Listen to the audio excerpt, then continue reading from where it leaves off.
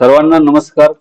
दूरशिक्षण आणि ऑनलाईन शिक्षण केंद्र शिवाजी विद्यापीठ च्या MA भाग 2, MA इतिहास भाग 2 सत्र 4 साठी आयोजित या मार्गदर्शन सत्रामध्ये आपलं सर्वांचं स्वागत आहे. आपण प्रत्येक सेमिस्टर ज्यावेळी सुरू होतं म्हणजे आपलं समजा पहिलं सेमिस्टर असेल, दुसरं असेल, तिसरं असेल, चौथा असेल, तर प्रत्येक सेमिस्टरच्या सुरुवातीला या पद्धतीनं आपण मार्गदर्शन सत्रांचं आयोजन करत आलेलो आहोत. तर या मार्गदर्शन सत्राचा मुख्य उद्देश हा असतो की विद्यार्थ्यांना त्यांचे जे काही येणारा जो कोर्स आहे तर त्या कोर्सच्या म्हणजे येणारा जो सेमिस्टर आहे त्यामधले कुठले कुठले कोर्सेस आहेत त्याची एक माहिती मिळावी. त्यांच्या मागे झालेल्या सेमिस्टरच्या परीक्षेचा त्यांच्याकडून फीडबॅक घ्यावा. सोबत त्यांच्या परीक्षेचे अनुभव असतील तर त्याच्याबद्दल चर्चा करावी, काय अडचणी असतील तर त्याबद्दल चर्चा करावी आणि आता येणाऱ्या सेमिस्टरमध्ये त्याची असाइनमेंट, त्याची परीक्षा आणि त्याच्यामध्ये काही प्रोजेक्ट वगैरे असेल तर त्याबद्दलची माहिती, असं सगळं आपण या ओरिएंटेशन मध्ये चर्चा करणार आहोत. तर यामधला पहिला जो पॉइंट आहे त्याच्यामध्ये आपल्याला परीक्षेचा जो सेमिस्टर 3 ची तुमची जी एक्झाम झालेली आहे तर त्या सेमिस्टर 3 च्या परीक्षेचा आपल्याला त्याच्यावर चर्चा करायची आहे. तर तुमचे सगळ्यांचे निकाल आता लागलेले आहेत आणि निकाल लागल्यानंतर तुम्ही त्याचे म्हणजे पाहिलेलं असेल, तुम्हाला काही परीक्षेत काही अडचणी वगैरे आल्या असतील तर तुम्ही सांगू शकता किंवा तुम्हाला काही एखादी चर्चा करायची असेल एखाद्या मुद्द्यावर तर चर्चा करता येईल.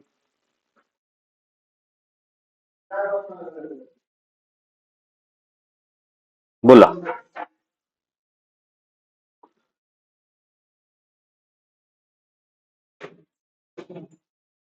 परीक्षेसंदर्भात काही इश्यू नाही आहेत?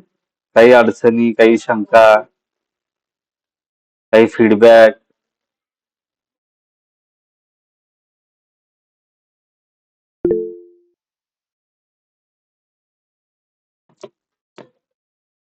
बर. अजून कुणाला काही सांगायचंय परीक्षेच्या संदर्भात? काही अडचण आली असेल, काही हे झालं असेल, निकाल बरोबर लागलाय काय, व्यवस्थित लागलाय काय, अजून काय इम्प्रुव्हमेंट करावं असं वाटतं का, बऱ्यापैकी आमचं झालं इम्प्रुव्हमेंट असं वाटतं?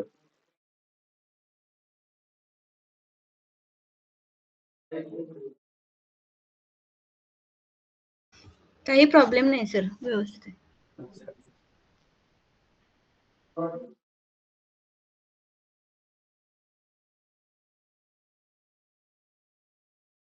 बर, ठीक आहे. मग तुमचं काय परीक्षेच्या संदर्भात काही नसेल तर मी तुम्हाला आता पुढच्या परीक्षेबद्दलची माहिती सांगतो. परीक्षा विभागानं परीक्षा चालू व्हायच्या तारखा कळवलेल्या आहेत. तर साधारण 10 एप्रिल, म्हणजे काही सेमिस्टरच्या परीक्षा 10 एप्रिल पासून चालू होतील, काही सेमिस्टरच्या परीक्षा 20 एप्रिल पासून चालू होतील. तर याचा अर्थ आहे की साधारण 10 एप्रिल पासून आपल्या परीक्षा ज्या आहेत त्या सुरू होणार आहेत. ठीक आहे. तर आता त्याच्या परीक्षा फॉर्मच्या सूचना आलेल्या आहेत, परीक्षा फॉर्म भरायच्या. एकदम माझ्याकडनं तुम्हाला सूचना आल्या की परीक्षा फॉर्म आता भरायला घ्या, मग मी नेहमीप्रमाणे त्याचा व्हिडिओ वगैरे असं सगळं तुम्हाला पाठवेल. तर त्या पद्धतीनं तुम्ही तो परीक्षा फॉर्म भरून घ्या आणि आपल्या अभ्यास केंद्रामध्ये जमा करा, जशी आपण नेहमी प्रोसेस करतो त्या पद्धतीनं. तर ती एक गोष्ट लक्षात ठेवायची. ज्यांचे समजा सेमिस्टर 3 चे काही विषय राहिले असतील, सेमिस्टर 1 आणि 2 मधले काही विषय राहिले असतील तर त्यांना देखील हे फॉर्म आता याच्यामध्ये म्हणजे या चौथ्या सेमिस्टर सोबत ते फॉर्म, ते पेपर देखील सोडवता येतील. ठीक आहे. आता हा तुमचा शेवटचा सेमिस्टर आहे या वर्षामधला.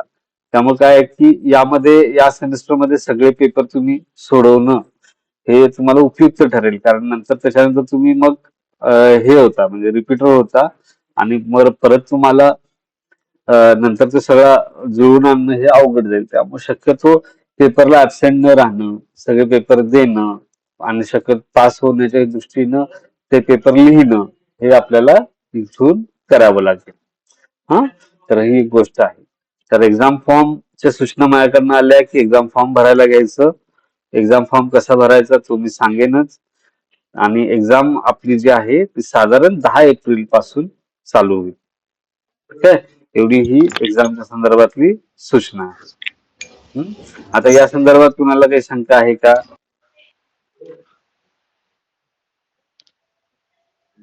नाही सर. अजून कुणाला शंका आहे? नसेल तर आपण पुढे जाऊया. ठीक आहे.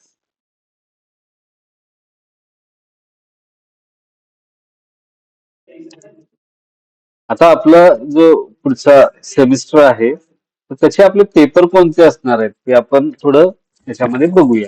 हा, तर त्याच्यामध्ये आपल्याला बघता येईल की तुम्ही हिस्ट्री ऑफ इंटरनॅशनल ऑर्गनायझेशन, मागच्या सेमिस्टरला आपण history of Indian foreign policy असा आपण पेपर पाहिला होता, बरोबर.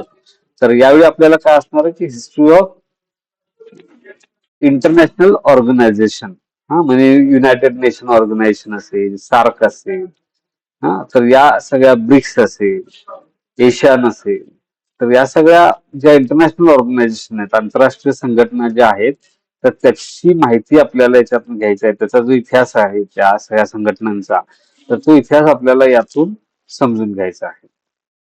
त्यानंतर दुसरा पेपर आहे यामध्ये आपल्याला चौथ्या सेमिस्टरला, तो आहे वुमेन इन इंडियन हिस्ट्री, म्हणजे भारतीय इतिहासामध्ये स्त्रिया, भारतीय इतिहासातील स्त्रिया असा आपल्याला हा पेपर आहे. तर या पेपरमध्ये आपल्याला जसं मागच्या याच्यामध्ये आपण फेमिनिस्ट हिस्ट्री पाहिला, जगभरातील फेमिनिस्ट चळवळीचा इतिहास पाहिला, तसा इथं भारतातल्या स्त्रियांचा इतिहास आपल्याला अभ्यासायचा.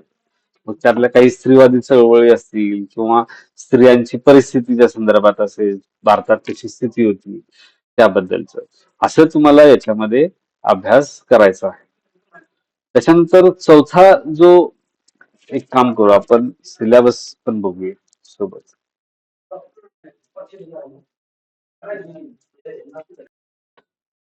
ठीक आहे, दिसतोय पेपर, सिलेबस दिसतोय, हिस्ट्री ऑफ इंटरनॅशनल ऑर्गनायझेशन असं दिसतं, बघा बरं, दिसतंय का? रेणू जाधव तुम्हाला दिसत नाही म्हणताय, आता दिसतं?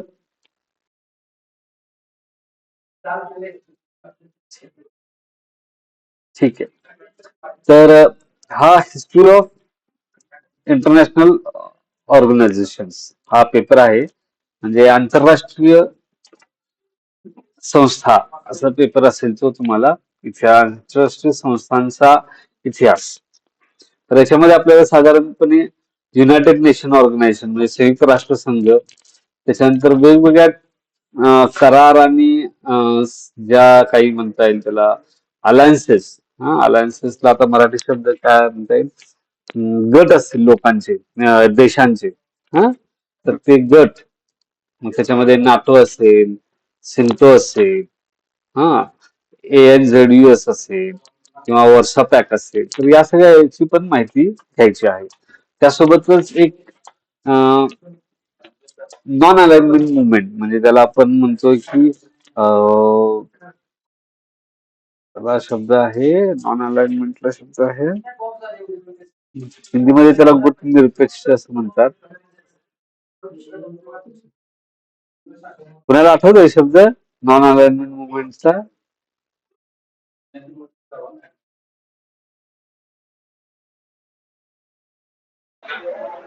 अलिप्ततावादी चळवळ.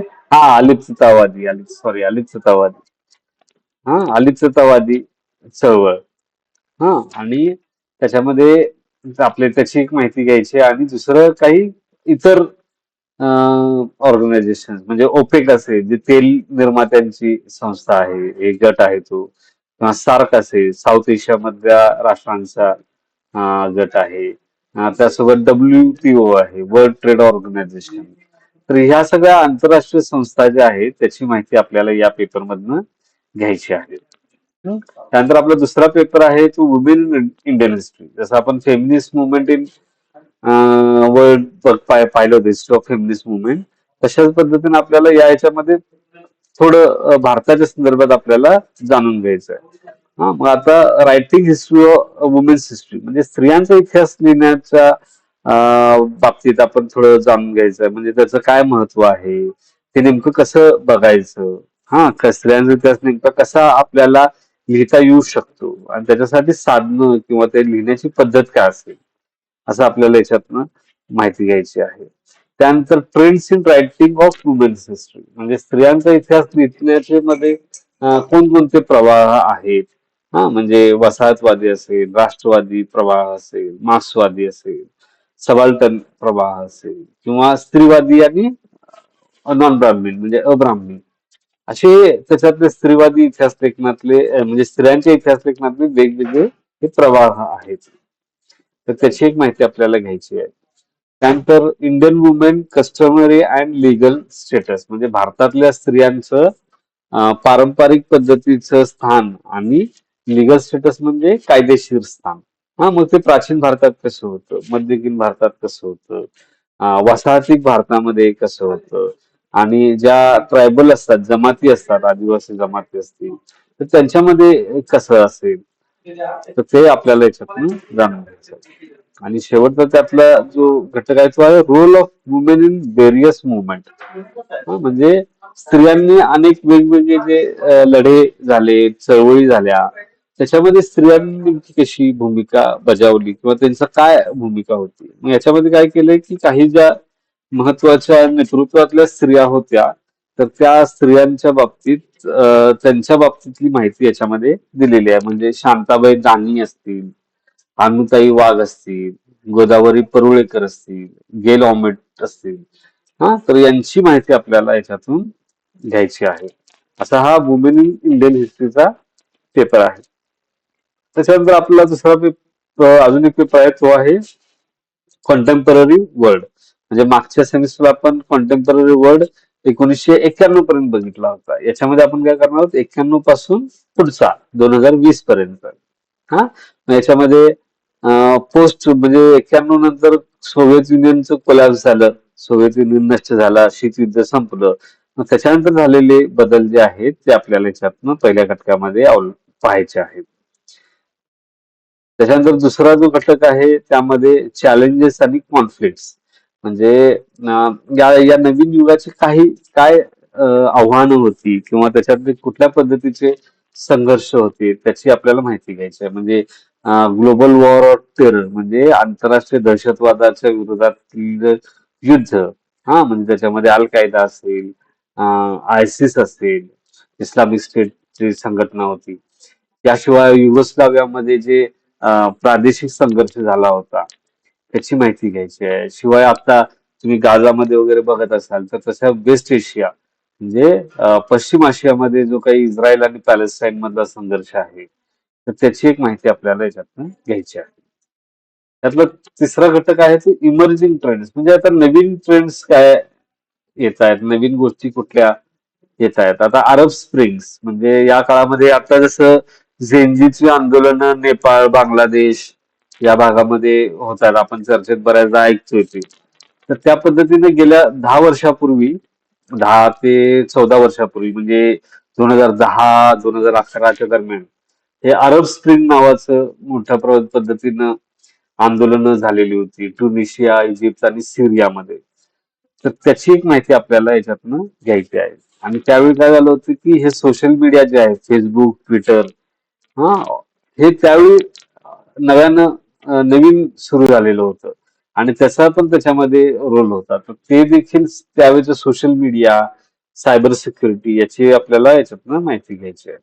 त्याच्यानंतर LGBTQ जी मुवमेंट आहे अमेरिकेमधली म्हणजे ज्याच्यामध्ये म्हणजे समलिंगी असतील, ट्रान्सजेंडर म्हणजे तृतीयपंथी असतील तर असे जे व्यक्ती असतात त्यांच्या अधिकारांसाठी ज्या चळवळी अमेरिकेमध्ये उभ्या राहिल्या तर त्याची माहिती आपल्याला याच्यातनं घ्यायची आहे.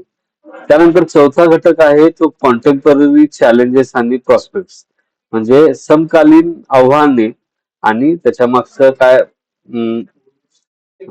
प्रॉस्पेक्ट्सला आपण काय म्हणता येईल, प्रॉस्पेक्ट्सला काय म्हणता येईल संभावना सर. संभावना म्हणून. तर कॉन्टेम्पररी चॅलेंज अँड प्रॉस्पेक्ट्स म्हणजे जे काही कॉन्टेम्पररी चॅलेंजेस आहेत काय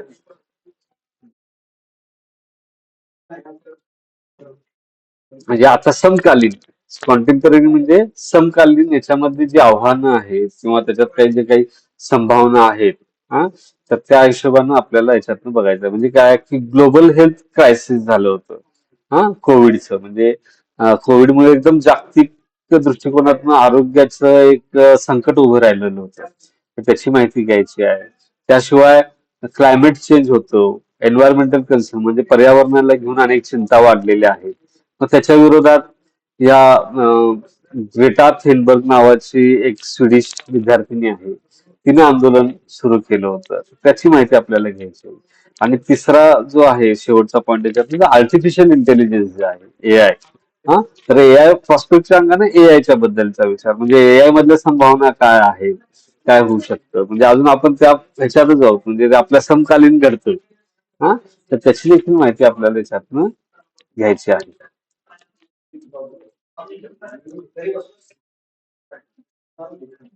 आता हा पेपर झाल्यानंतर आपल्याला अजून एक पेपर आहे तो आहे ऍप्लिकेशन ऑफ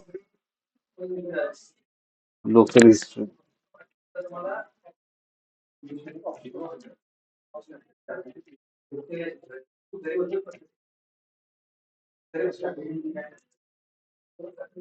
हा ऍप्लिकेशन ऑफ लोकल हिस्ट्री हा एक पेपर आहे तर या पेपरमध्ये आपल्याला आपण बघतोय की अं, आपण जो मागच्या लोकल हिस्ट्रीच्या संदर्भात पेपर पाहिला होता हं?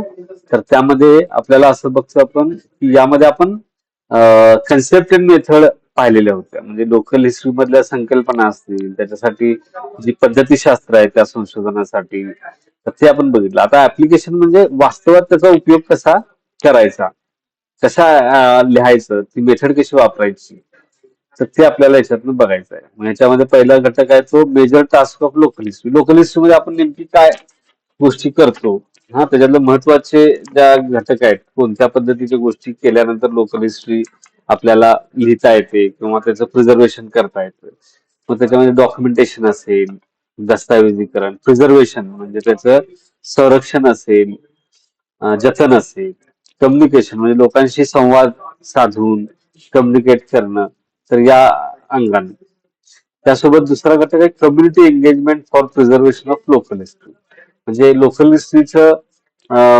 प्रिझर्वेशन जतन करण्यासाठी लोकांशी लोकसंपर्क कसा वाढवायचा म्हणजे त्यात हेरिटेज वॉक असेल कॅम्पेन करणं असेल हा किंवा रिपोर्ट रायटिंग म्हणजे लेख वगैरे लिहिणं अहवाल लिहिणं आणि ते सादर करणं तर अशा गोष्टी त्याच्यामध्ये अभ्यासायच्या आहेत त्यानंतर तिसरा जो आहे त्यातला तो केस स्टडी म्हणजे अं, काही विशेष विषय म्हणजे फॅमिली असतील किंवा इंडिव्हिज्युअल म्हणजे व्यक्ती आणि किंवा कुटुंब यांचा इतिहास कसा लिहायचा मग त्यात जेनॉलॉजीची संकल्पना आहे म्हणजे वंशावळीची आणि त्यासोबत analysis of economic social cultural profile of family म्हणजे फॅमिलीचा अभ्यास करताना आपण कशा पद्धतीनं एकच सेकंद कोण येते तर तर आपण बघत होतो की केस स्टडी म्हणजे तिसऱ्या मॉड्यूल मध्ये केस स्टडी बघायची त्याच्यामध्ये फॅमिलीचा इतिहास म्हणजे कुटुंबाचा इतिहास किंवा घराण्याचा इतिहास कसा लिहायचा आणि एखाद्या व्यक्तीचा इतिहास कसा लिहायचा हा म्हणजे त्याच्या आयुष्याबद्दल कसं लिहायचं त्याचा इतिहास कसा लिहायचा अशा अर्थानं ते आपल्याला घटक 3 मध्ये बघायचं आहे आणि घटक 4 मध्ये काय आहे की आपल्याला एखाद्या गावाचा इतिहास किंवा एखाद्या शहराचा इतिहास असं लिहायचं असेल तर तो नेमकं कुठल्या मुद्द्यांच्या आधारावर लिहायचा त्याच्यामध्ये कुठल्या गोष्टी असायला हव्यात आणि त्याच्यामधली आव्हानं काय आहेत हे लिहिताना तर या गोष्टी आपल्याला याच्यातून जाणून घ्यायच्या आहेत ठीक आहे तर हा आपले जे पेपर होते ज्या हिशोबाने मी तुम्हाला म्हणालो होतो त्या पद्धतीने हे 4 पेपर आपल्याला आहेत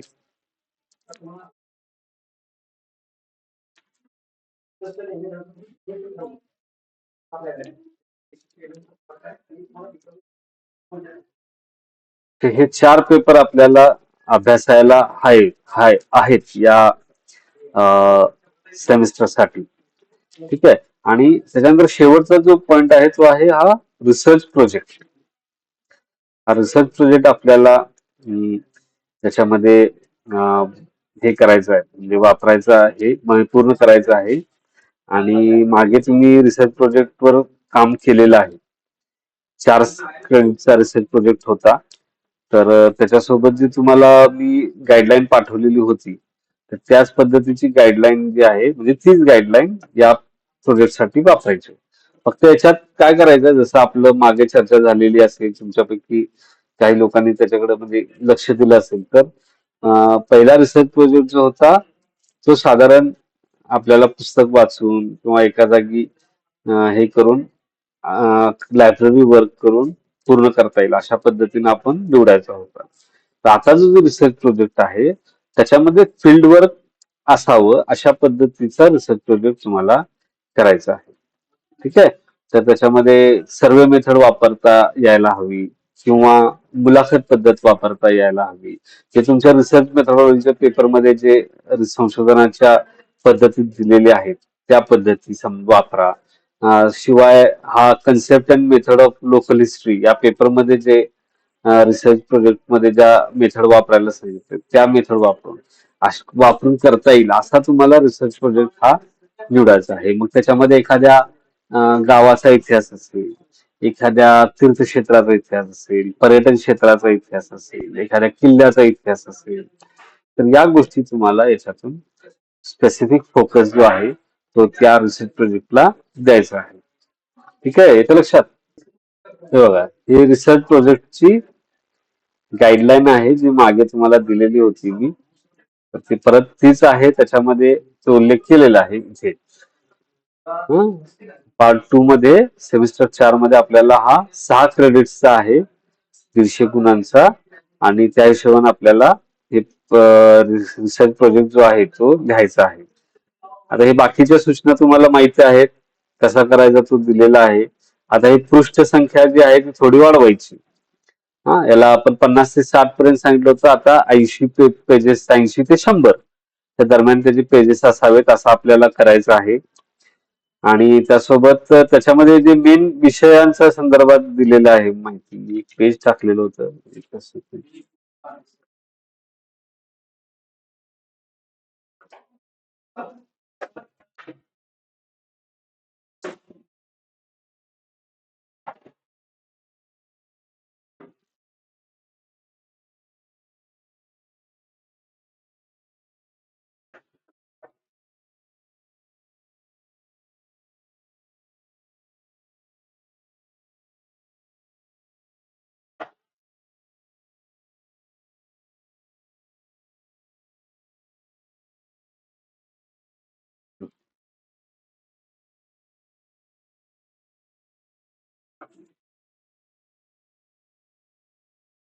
तर या सूचना ज्या आहेत त्या नेहमीप्रमाणेच आहेत का मागच्या याच्याप्रमाणे. ठीक आहे, फक्त मेन जो फरक आहे तो इथे आहे की तुम्ही विषय नेमका निवडताना कशा पद्धतीचा निवडायचा.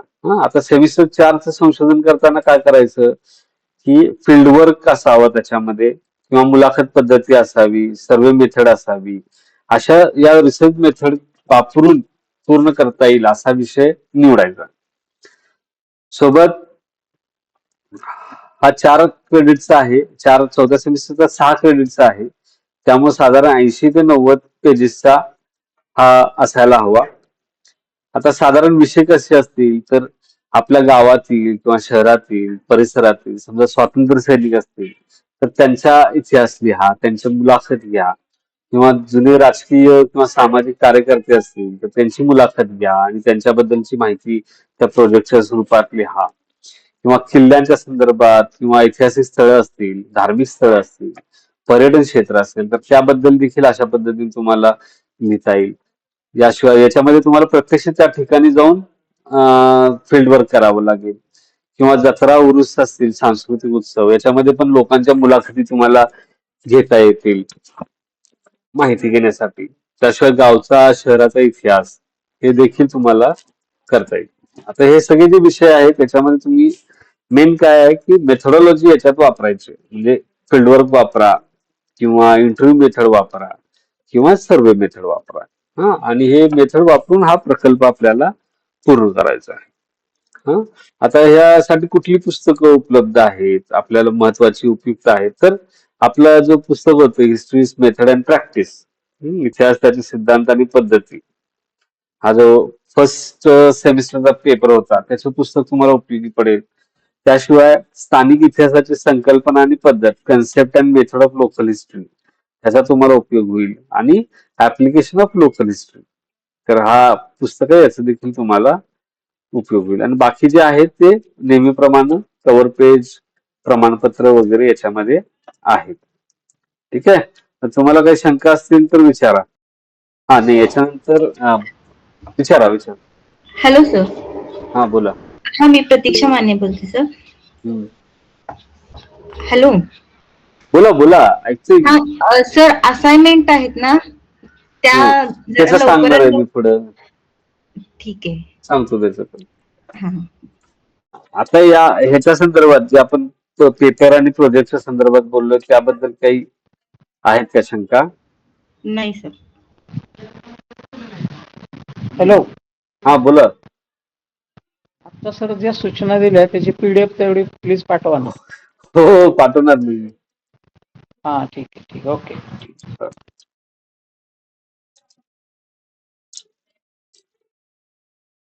अजून कुणाला काही शंका आहेत? जसं मागच्या वेळी केले तसंच प्रोजेक्ट लिहायचं आहे आपल्याला. फक्त त्याला त्याच्यामध्ये मेथोडॉलॉजी असावी, अशा पद्धतीने विषय निवडून ते पूर्ण करा. ठीक आहे.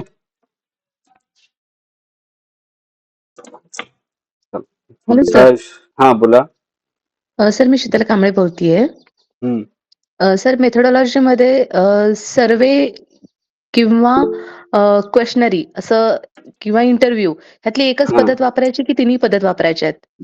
तुम्हाला समजा असा विषय निवडता आला की दोन्ही गोष्टी हे म्हणजे समजा आता मला जत्रेचा इतिहास बघायचा आहे, गावच्या जत्रेबद्दल लिहिणार असाल तुम्ही, तर तुम्ही काय कराल की एक गोष्ट करू शकता की तिथले काही जाणकार लोक आहेत, जुनी लोक गावातली, त्यांना तुम्ही प्रश्न विचारू शकता, बरोबर, माहिती विचारू शकता.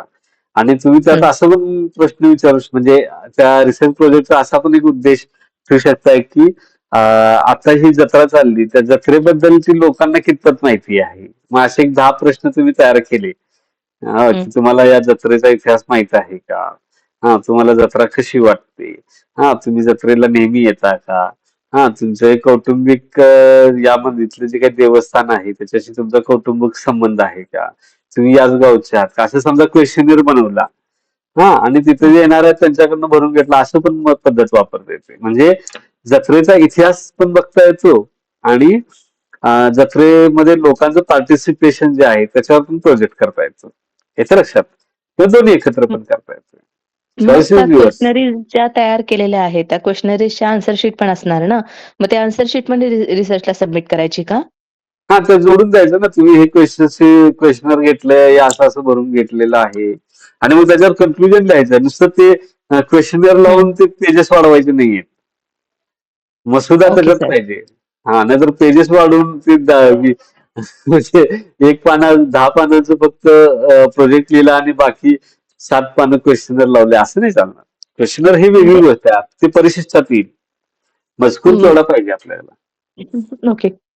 पण सर्वे मेथड पण युज करू शकतो ना हो क्वेशनरीच्या हो ऐवजी? हो हो हो.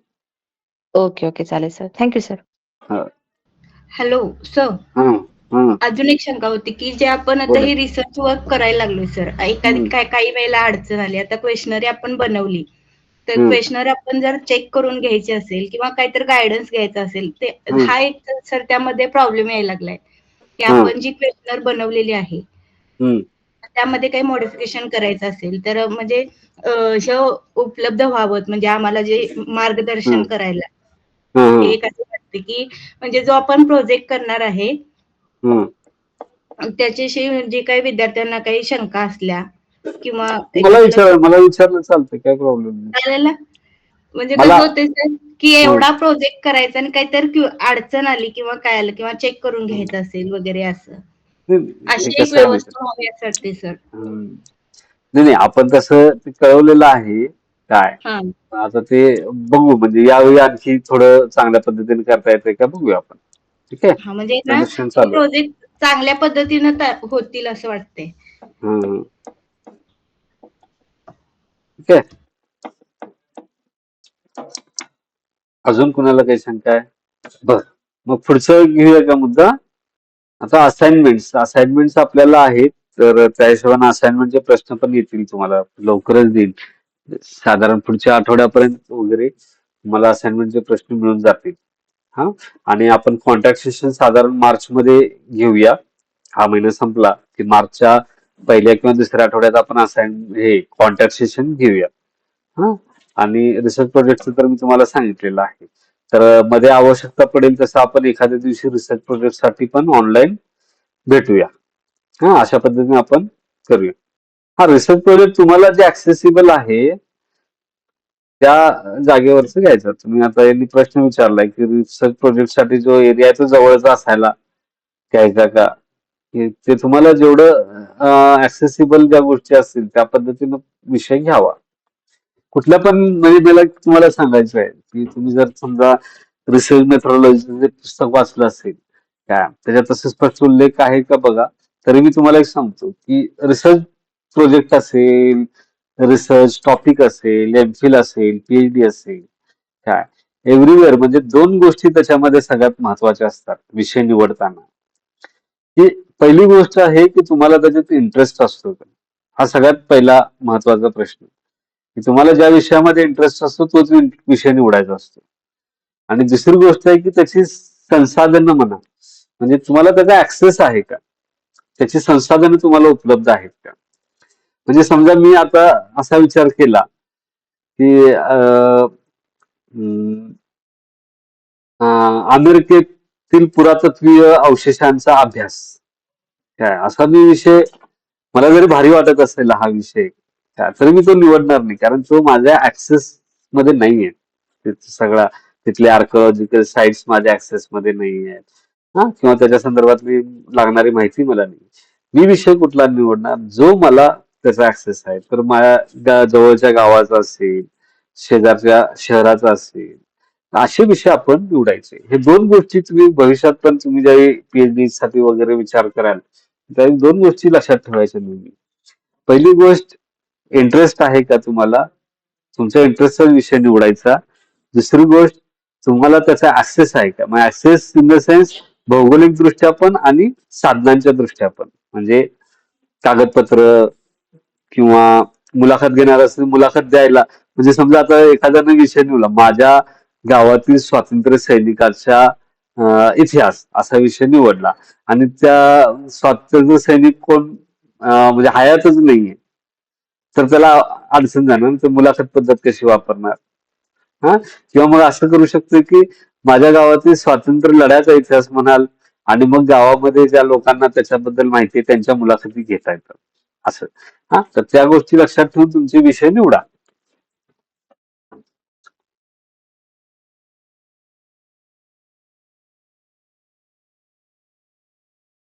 चला, अजून काय शंका आहेत?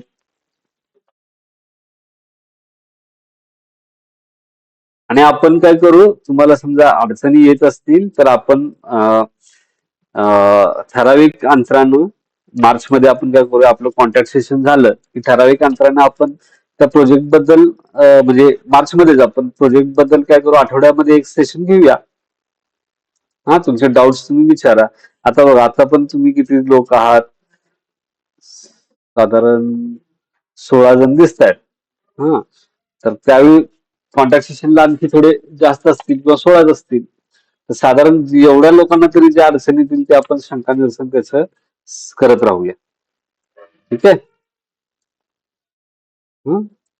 तर तुमची आता पुस्तकं तुम्हाला मिळाली असतील तर त्याचा अभ्यास चालू करा. मिळाले नसतील तर लवकरात लवकर घ्या. आपल्याकडे सगळी पुस्तकं उपलब्ध आहेत.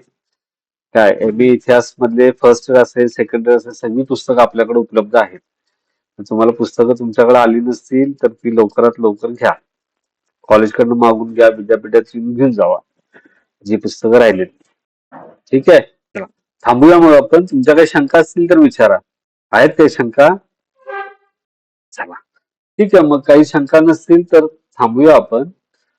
तुम्ही सर्वजण या संपर्क सत्रासाठी जॉईन झालात त्याबद्दल तुमचे सर्वांचे आभार.